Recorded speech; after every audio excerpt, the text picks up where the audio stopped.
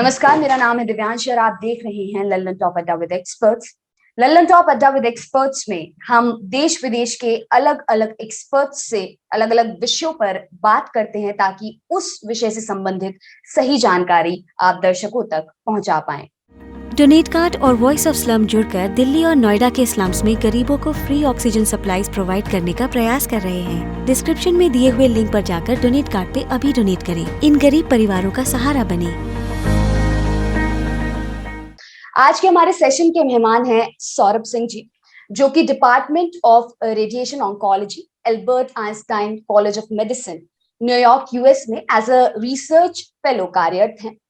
आज सौरभ जी से हम विस्तार से बात करेंगे कोविड प्रोटोकॉल में हाल फिलहाल में ही जो एक ड्रग ऐड की गई है 2DG उसके बारे में।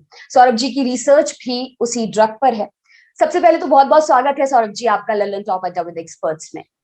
नमस्कार, आपके सभी दर्शकों को भी मेरा नमस्कार। सौरभ जी, आपकी 2DG ड्रग पर रिसर्च है। सबसे पहले तो यही जानना चाहते हैं ये ड्रग क्या होती है, किन किन जो रोगों के उपचार में ये कारगर पाई गई है और किस किस तरह के एप्लीकेशंस इसके हैं, अगर इस पर आप विस्तार से बता पाए हमारे दर्शकों को। जी बिल्कुल। सबसे पहले मैं बताना चाहूंगा, मैंने 2DG पर अपनी पीएचडी के दौरान 5-6 साल इस पर काम किया। इसी लैब में काम किया जहां से ये अब आज कोविड के लिए भी तैयार की गई है, इन्हीं लोगों के साथ किया। अभी मैं एल्बर्ट आइंस्टाइन में और विषयों पर काम कर रहा हूँ, पर क्योंकि ये मैंने इस पे इतना काम किया है, गर्व की बात है कि मैंने इस पे काम किया। हाँ, तो सबसे पहले हम ये जानना चाहेंगे कि ये 2DG क्या है, दर्शकों के लिए हम बताएंगे। जैसे कि नाम में ही है 2-डीऑक्सी डी ग्लूकोज, जो कि ग्लूकोज का ही एक मॉडिफाइड वर्जन है, जिसमें ग्लूकोज में सेकंड पोजीशन पर एक हाइड्रोक्सिल ग्रुप में से ऑक्सीजन हटा दिया गया है। सिर्फ एक इस मॉडिफिकेशन की वजह से इसमें ये सारी प्रॉपर्टीज आती हैं, जो कि ये anti viral, anti cancer, anti inflammatory properties दिखाता है। कैसे? जैसे कि ग्लूकोज हम अपने शरीर में, अगर हम जब कहते हैं कि ग्लूकॉन डी पीजिए या ग्लूकोज लीजिए और फटाक से आपको बहुत ही जल्दी आपके शरीर में आपके सेल्स तक एनर्जी पहुंचती है, ग्लूकोज पहुंचता है। 2DG भी उसी तरह से शरीर में अंदर जाएगा, उसी तरह से आपके सेल्स में जाएगा, बट आपका ये ग्लूकोज को मेटाबोलाइज करने के बजाय उसको इनहिबिट कर देगा। प्रोसेस ऑफ जो ग्लूकोज मेटाबॉलिज्म होता है उसको आपके नॉर्मल सेल में जो प्रोटीन्स होते हैं जिनके थ्रू ये अंदर जाता है, जो एक तरह से मैं कहूंगा दर्शकों के लिए कि वो एक तरह मान लीजिए कि ग्लूकोज को अंदर पहुंचाने के जो गेट्स हैं, ग्लूकोज रिसेप्टर्स होते हैं, ये उसको डिफरेंशिएट नहीं कर पाते हैं कि ये ग्लूकोज है या 2DG है। और जितने चांसेस ग्लूकोज के अंदर जाने के होते हैं, उतने ही कॉम्पिटिटिव चांसेस इसके भी होते हैं अंदर जाने के। और इस तरह से अंदर जाकर ग्लूकोज से ग्लूकोज 6 फॉस्फेट बनता है, ऐसे ही 2DG से 2DG 6 फॉस्फेट बनता है। बट इसके आगे जो नेक्स्ट एंजाइम होती है वो इसको फर्दर मेटाबोलाइज नहीं कर पाती है, वो इसके इस मॉडिफिकेशन को रिकॉग्नाइज नहीं कर पाती है और वो उसको आगे कन्वर्ट नहीं कर पाती है, जिसके चलते ये वहां पर इस फॉर्म में 2DG फॉस्फेट की फॉर्म में एक्यूमुलेट हो जाता है, जमा हो जाता है और आगे की फर्दर एनर्जी प्रोसेस बंद हो जाती है और एटीपी क्रंच आ जाता है, जो कि एक सबसे हमारी बॉडी का फ्यूल कहते हैं उसको, सेल का। तो इस वजह से कोई भी ऐसी प्रोसेस जिसमें एनर्जी की डिमांड होती है, जिसमें रेप्लिकेशन भी है, प्रोलिफरेशन भी है, सारी कैटाबॉलिक एनाबॉलिक प्रोसेसेस हॉल्ट हो जाती है, इनहिबिट हो जाती है। अब आप कहेंगे कि अगर ऐसा है तो ये नॉर्मल सेल में भी नुकसान करेगा, और हम कैसे कहें कि ये सिर्फ और सिर्फ कैंसर सेल में या वायरली इन्फेक्टेड सेल्स में इफेक्ट करता है। वो इसकी सबसे अच्छी बात, इसका सबसे अच्छा जो मैकेनिज्म है वो यही है कि it has got differential uptake. एक सिलेक्टिविटी है between the normal and the cancer cell. वो किस बेसिस पर है? जैसे हम देखते हैं कि 1931 में ऑटो वारबर्ग, जो बहुत बड़े नोबेल लॉरिएट रह चुके हैं, उन्होंने सबसे पहली बार बताया कि even in presence of oxygen cancer cells they prefer glycolysis, जो कि एक नॉर्मल सेल के मेटाबॉलिज्म से थोड़ा सा हटकर है। नॉर्मल सेल जो होता है वो ऑक्सीडेटिव फॉस्फोरिलेशन पहले करता है, पर कैंसर सेल्स में ऐसा उन्होंने देखा, ऐसा दिखाया कि कैंसर सेल्स भले ही वहां पर ऑक्सीजन हो, उसके बावजूद वो प्रिफर करेंगे ग्लाइकोलिसिस की तरफ जाने के लिए। क्यों? क्योंकि उनको भी बहुत ही तेजी से प्रोलिफरेट करना होता है, बहुत तेजी से उनको ग्रोथ अपनी करनी होती है, क्योंकि कैंसर का सबसे पहला जो कैरेक्टरिस्टिक है इट इज अनकंट्रोल्ड प्रोलिफरेशन।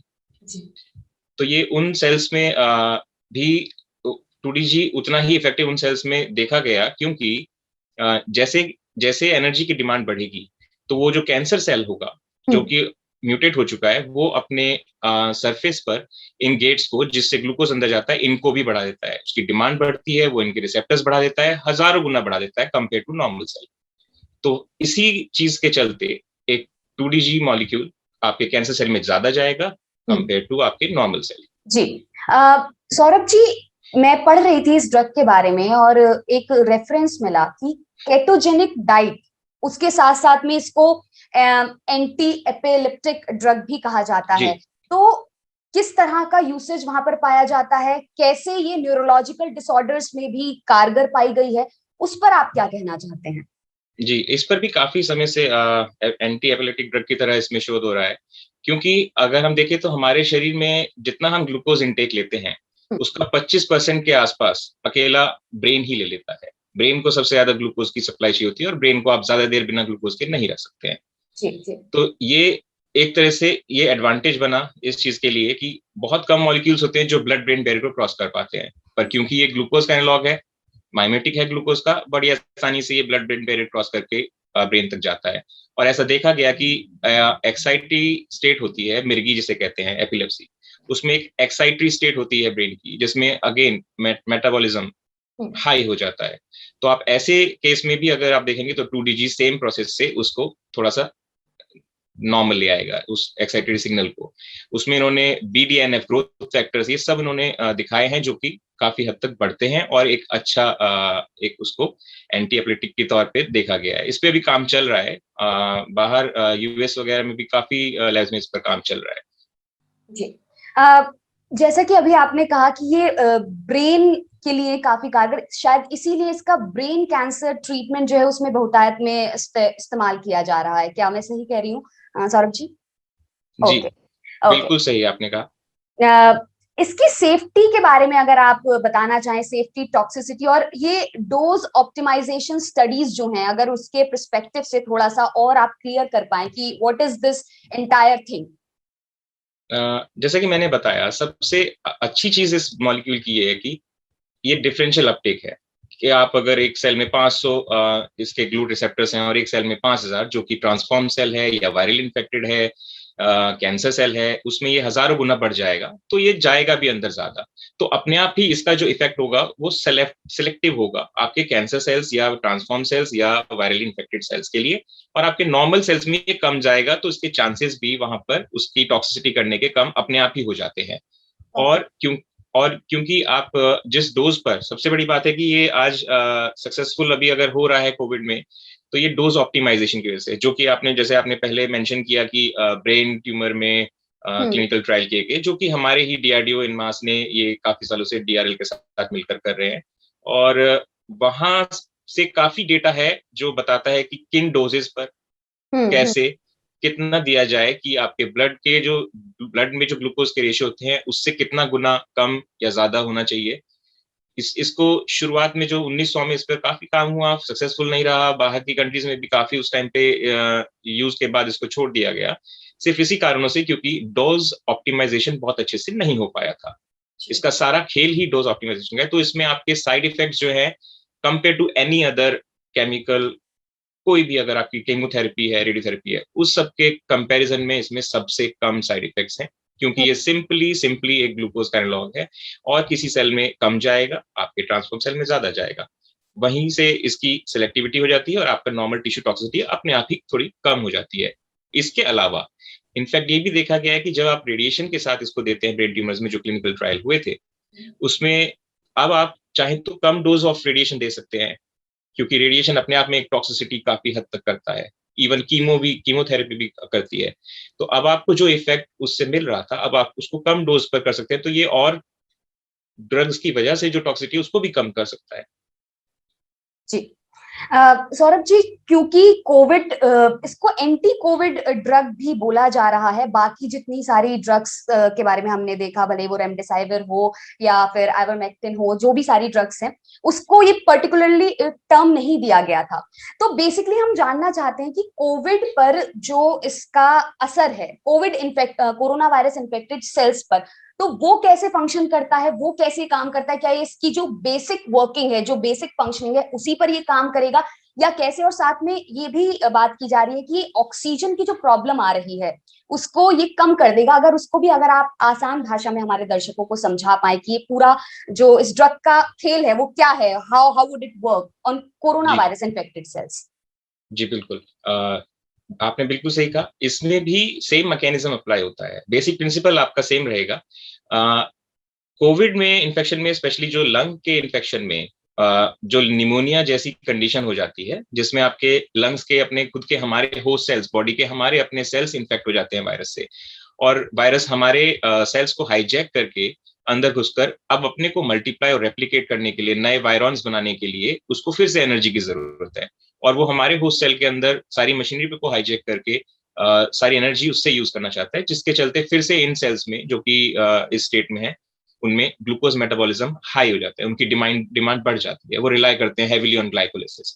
तो फिर से आप इसी तरह से, जैसे आप मैं बता रहा था कैंसर में सेम फंडा, यहाँ पर भी सेम फंडामेंटल्स हैं, सेम बेसिक प्रिंसिपल है कि कैंसर सेल में ज्यादा जाता है, ऐसे ही वायरल इन्फेक्टेड सेल्स में ज्यादा जाता है और उनको इनहिबिट करता है, जिसके चलते वायरल लोड कम होगा, रेप्लिकेशन कम होगा। अपने आप ही जब वायरल लोड कम होगा तो आप जल्दी रिकवर करेंगे, और ऑक्सीजन की जो डिमांड आपकी है, जो हफ्ता 10 दिन चल सकती है, उसमें देखा गया है कि 2.5 से 3 दिन में ये पेशेंट ऑक्सीजन सप्लाई डिमांड से बाहर आ गए हैं। तो रिकवरी, क्योंकि वायरल लोड कम हुआ, साइटोकाइन स्टॉर्म भी इससे कम होता है।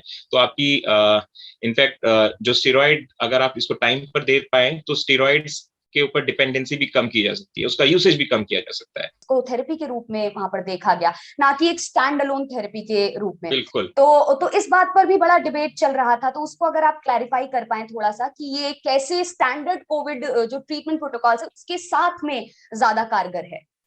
जी बिल्कुल।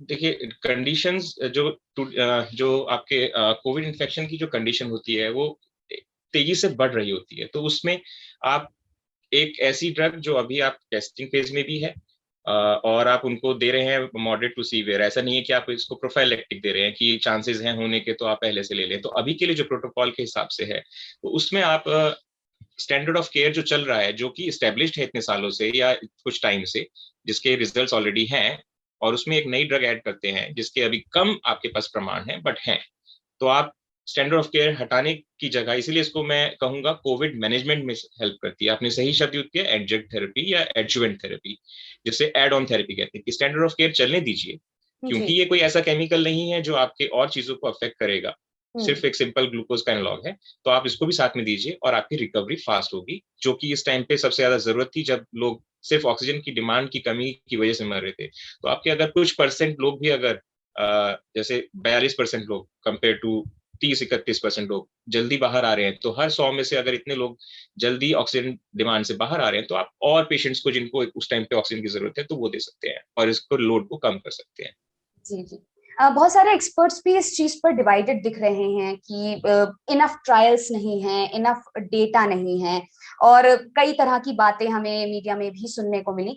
तो उसको उसके बारे में क्या कहना चाहेंगे कि क्या वाकई हमारे पास इनफ ट्रायल्स या इनफ डेटा अभी हैं कि हम इसको स्टैंडर्ड कोविड प्रोटोकॉल में हमने शामिल किया इसे? देखिए, पहली बात तो ये अप्रूवल हमें जानना है कि ये अप्रूवल जो है इमरजेंसी अप्रूवल यूसेज है, जो कि ऐसे क्रिटिकल सिचुएशन जो महामारी चल रही है, लोग बुरी तरह से ऑक्सीजन सप्लाई डिमांड की रेशो की वजह से दिक्कत में है, तो उस केस में आपके पास एक ऐसा मॉलिक्यूल जिसकी आपके पास काफी सालों से की गई रिसर्च के थ्रू डीआरडीओ ने इस पर लगभग दशकों से काम कर रहे हैं, और आपके पास इतना डेटा है कि ये इससे कोई आपको नुकसान नहीं होगा, पर हल्का आपको एक फायदा मिल सकता है और आप एक मैनेजमेंट कर सकते हैं कोविड के डिजीज का। तो उस केस में डीसीजीआई ने जो भी आपको जो इनको नॉर्म्स के हिसाब से इनको बताया गया कि इतने पेशेंट आप कर सकते हैं पहले फेज 2 में, जिसमें आपको सिर्फ एफिकेसी और टॉक्सिसिटी या सेफ्टी दिखाना है, इवैल्यूएशन करना है, तो उसमें आप ह्यूमंस हैं, ये कोई माइस नहीं है। इवन माइस में भी एथिक्स कमेटी आपसे एक एक एनिमल का हिसाब मांगती है, तो आप ह्यूमंस में सीधा ऐसे नहीं ट्रायल पे चले जाएंगे कि आप ज्यादा नंबर में करके दिखाइए। तो कम नंबर से शुरू किया गया, उसके बाद 110 पेशेंट, 44 से 110 पेशेंट तक गए। अभी सारा डेटा, ये बात सही है कि सीटीआरआई की साइट पे जो कि रजिस्ट्री है क्लिनिकल ट्रायल की, उस पर पूरा अपडेटेड नहीं है, और ये आपको समझना होगा कि इसके कारण सबसे बड़ा कारण जो है वो ये है कि इतने कम समय में इस ड्रग को लोगों के प्रयोग में लेकर आना। उन्होंने पब्लिकेशन के बारे में काफी लोगों ने पूछा कि इसकी पब्लिकेशन अभी तक नहीं आई है। तो ऐसे बहुत सारे पेपर्स अभी कोविड मैनेजमेंट के लिए 2DG के यूज के लिए लोगों ने लिखे हैं, दिखाए हैं। कुछ ने इन विट्रो स्टडीज करी हैं सिर्फ सेल्स में, कोई ह्यूमंस में या किसी चीज में ट्रायल नहीं किया गया, ये सबसे पहला है। तो ऐसे में ये ना सोचकर कि पहले पब्लिकेशन कर लें, इसको अपने नाम कर लें और उसके बाद आगे देखते हैं, और जिसमें लंबा समय लगता है। हम सब जानते हैं साइंस में पब्लिकेशन को आने में समय लगता है और चीजें भी देखी जाती हैं। अभी के लिए जो जरूरी था वो ये था कि लोगों की जान बचाने के लिए सेफ्टी के साथ कोई एक चीज आप प्रोवाइड कर सकें। जी। एक और सवाल ये भी उठाया जा रहा है कि क्या बाकी देशों में भी इस ड्रग को इस्तेमाल में लाया जा रहा है, खासकर कोविड ट्रीटमेंट प्रोटोकॉल्स के बारे में? अगर आप यूएस में या यूएस में क्या स्थिति है, क्या कहीं पर इस तरह के ट्रायल देखे गए हैं कोविड पेशेंट्स? देखिए, ट्रायल तो अभी तक एक भी नहीं हुआ है, ये पहला ट्रायल है जो भारत ने किया है। जी। और कुछ लैब्स हैं जो 2DG को एक कोविड के मैनेजमेंट में या कोविड डिजीज में प्रयोग करने के लिए उस पर रिसर्च कर रही है, लैब में रिसर्च कर रही है। इन विट्रो डेटा भी है, एक कंपनी है मॉलिक्यूलिन, वो भी इस पर काम कर रही है, जो इसकी एफिकेसी को और बढ़ाने का दावा कर रही है। और वो हो सकता है आगे चल के वो इसमें जल्दी उस अपने मॉलिक्यूल के कॉम्बिनेशन के साथ आए। तो जी। भारत ने ही सबसे पहले इसमें ये ट्रायल्स किए हैं पेशेंट्स में, इससे पहले किसी ने किए नहीं है। और चीजों में 2DG पे काम होता आ रहा है, प्रोस्टेट कैंसर, इवन एक और वायरल इन्फेक्शन होता है जेनाइटल हर्पीस, उसमें भी इस पे ट्रायल हो रहे हैं। ब्रेस्ट कैंसर है, डिफरेंट टाइप्स के कैंसर पे इस पे काम होता आ रहा है। हेनरी जे थॉमसन एक बहुत बड़े साइंटिस्ट हैं जो 2DG पे काफी सालों से काम कर रहे हैं। वो भी कीटोजेनिक डाइट पे भी काम कर रहे हैं, तो वो 2DG भी उनका एक फेवरेट मॉलिक्यूल है। फिर थियोडोर जे लैम्पेडिस है जिन्होंने रेटिनोब्लास्टोमा, जो कि आंख के रेटिना का कैंसर होता है, उस पर काफी काम इस पे किया है। जी जी जी। कोविड पेशेंट्स को दिए जाने वाला जो इसका फॉर्मुलेशन है, ओरल फॉर्मुलेशन है, उसके बारे में कुछ बताना चाहेंगे कि ये किस तरह से रिपर्पस किया गया और इसको ओरल फॉर्मुले, क्योंकि ये बेहद आसान है और अगर इसको इस तरह से देखा जाए तो एक बेहद, आपने कहा क्योंकि इसके साइड इफेक्ट्स नहीं है और एक सिंपल फॉर्मुलेशन है और ये कारगर बहुत अधिक है, तो आप उस फॉर्मुलेशन पर कुछ बताना चाहेंगे? फॉर्मुलेशन देखिए, डॉक्टर रेड्डीज के साथ है ये प्रोडक्शन के लिए। टेक्नोलॉजी ट्रांसफर किया गया था DRDO द्वारा, और उस समय में जब हम 1998 के आसपास जब इस पर काम हो रहा था, तो किसी वजह से जब हम US से खरीदा करते थे ये, तो उस पोखरण के टेस्ट ट्रायल की वजह से सैंक्शंस लगा दिए गए थे, जिसमें काफी सारे व्यापार की चीजें बंद कर दी गई थी और हम US से इसको नहीं ले पा रहे थे। तब DRDO ने डिसाइड किया कि क्यों ना हम इसको खुद बनाएं, और इसको एक नए केमिकल प्रोसेस के थ्रू बनाया ताकि आप अपने नाम से इसको पेटेंट कर सके। और वो DRD ग्वालियर ने करके दिखाया, जो DRDO की ही एक केमिस्ट्री की लैब है, उन्होंने बनाया। और इसके बाद डॉक्टर रेड्डीज को एक बड़ी फार्मा कंपनी को साथ लिया गया ताकि आप इसको क्लिनिकल ट्रायल में ले जा सकें।